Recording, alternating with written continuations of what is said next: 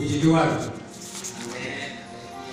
Saudara kasih dari Tuhan, saya merasa bagaimana Tuhan itu selalu menyertai saya.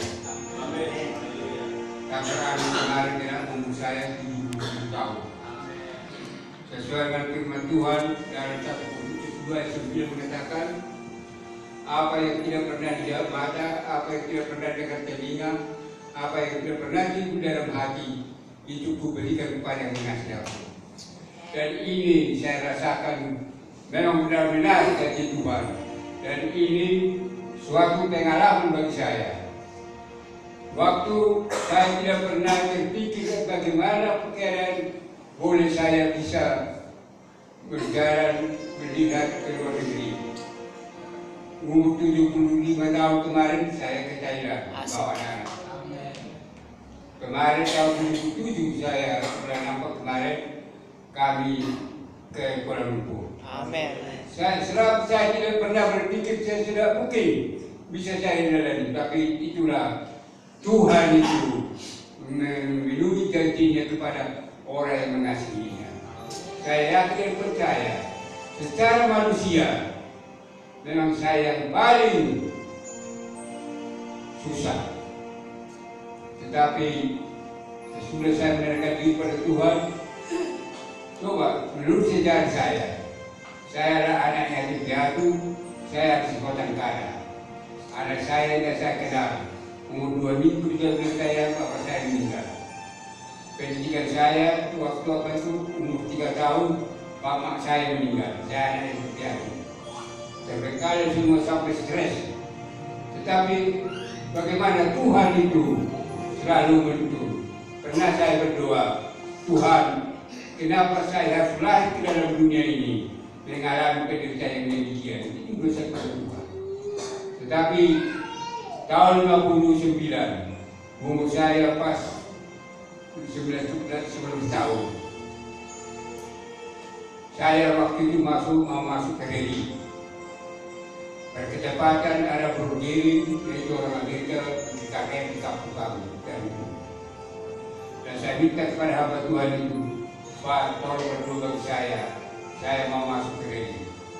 Tapi dia bilang, jangan, kau harus suratkan Kristus, tak boleh berdiri. Bagaimana bisa diserahkan Kristus? Saya tak punya pendidikan dan saya anak yatim. Bisa baca tulis? Bisa. Saya tanggung jawab, masuk ke sekolah. Biaya dari mana? Saya tanggung jawab.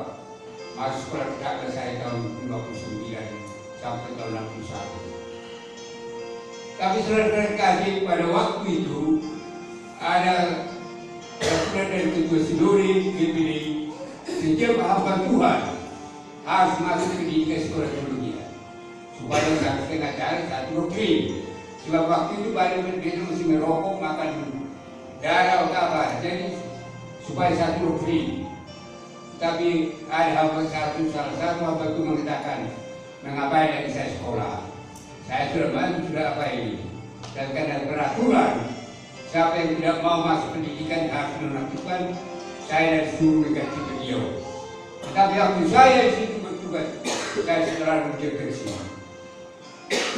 Apa? Umur kau baru berapa? Saya sekian. Umur kamu baru 10 tahun, sudah kan?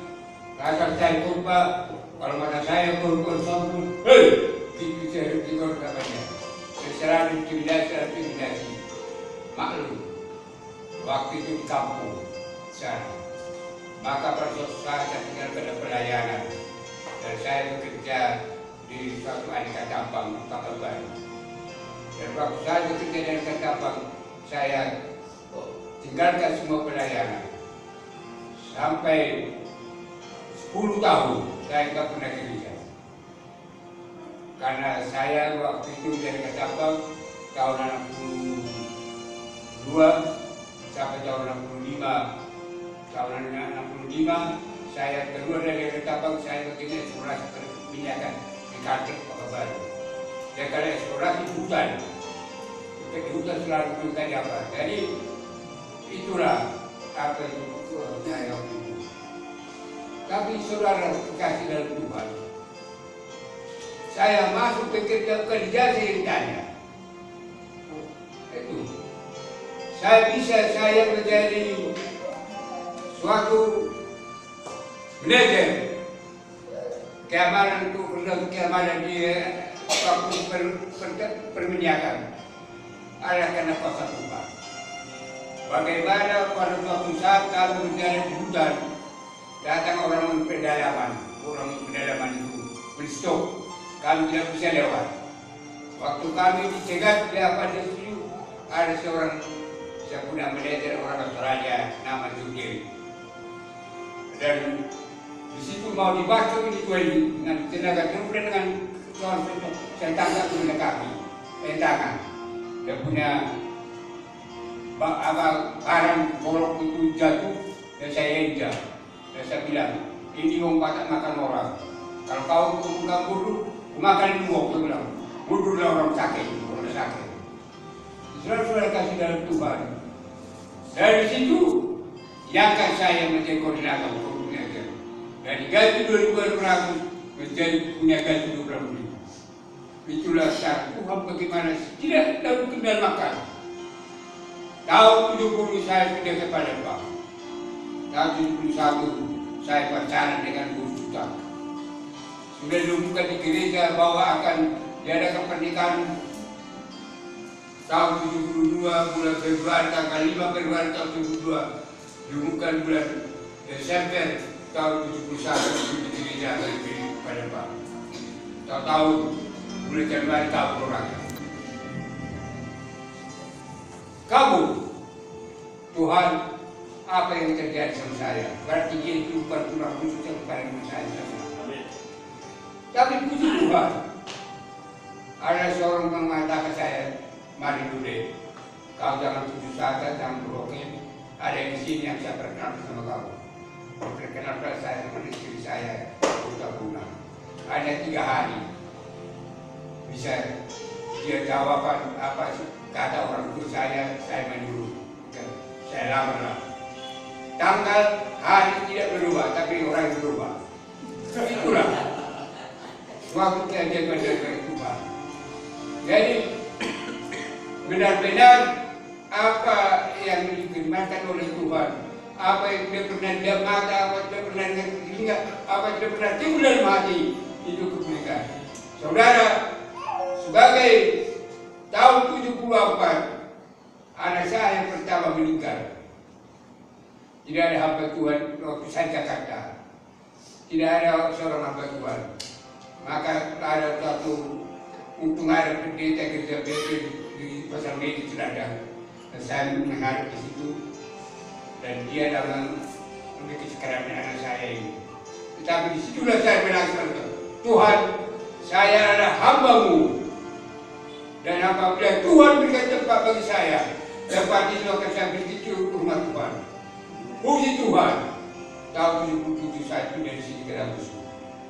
Dan saya tinggal di Gubuk. Tanah saya 50 meter. Saya pindah ke sana, saya 300 meter. Nah, sesudah saya bangun gereja ini, tahun 80, saya bangun situ terus ke Jokowi. Saya lihat itu Tuhan itu apa. Tahun 95 saya dilantik di Beji menjadi pendeta kepala sidang. Dan saya juga dari situ bermohon kepada Dinas Kristen. Dan ini dibantu, gereja ini dibantu oleh Dinas Departemen Agama Dinas Kristen. Dan ada surat dari Dinas Kristen. Segala kegiatan keagamaan yang dilakukan oleh Pendeta Rafael Kalisari ada sebagai tahuan Departemen Agama Kristen. Itulah saudara, siapa yang terjadi gereja ini sampai berdiri, karena itulah Tuhan. Maka saya percaya kepada kita semua supaya nanti kita setia kepada Tuhan. Tuhan tidak pernah ingkar janji dan Tuhan menempati semua segala janjinya apa yang mengasihi Tuhan. Saudara Tuhan, kalau ada kekurangan satu apapun, terlebih saya sebagai kepala sidang sini, saya minta maaf. Tuhan mengampuni kita semua. Amin, amin, amin. Saya apa? Jadi itulah kesaksian saya bagaimana Tuhan itu mengenai saya. Saya sudah tinggalkan kekasih saya 5 tahun, tapi saya masih sehat sekarang. Cuma mata saya sudah kabur, bahkan saya tidak bisa baca firman Tuhan. Tapi saya berterima kasih pada seluruh jemaat yang selalu berdoa untuk saya, terlebih pada hamba-hamba Tuhan yang selalu berdoa untuk saya dan memberikan saya kesehatan sekarang ini. Sekarang ini masih ada saya bisa berdiri di sini karena kasih karunia daripada Tuhan. Itulah kesaksian saya pada ulang tahun saya ke-77 ini. Dan di hari kesaksian ini saya dulu menyanyikan sangunannya. Yesus itulah juru selamatku, Yesus itulah Allahku yang mati dan bangkit naik ke surga mulia dan sembah yang kuasa yang selamanya. Yesus engkaulah juru selamatku, Yesus engkaulah Bapakku yang mati dan bangkit naik ke surga mulia dan berdua kuasa ya selamanya. Puji Tuhan.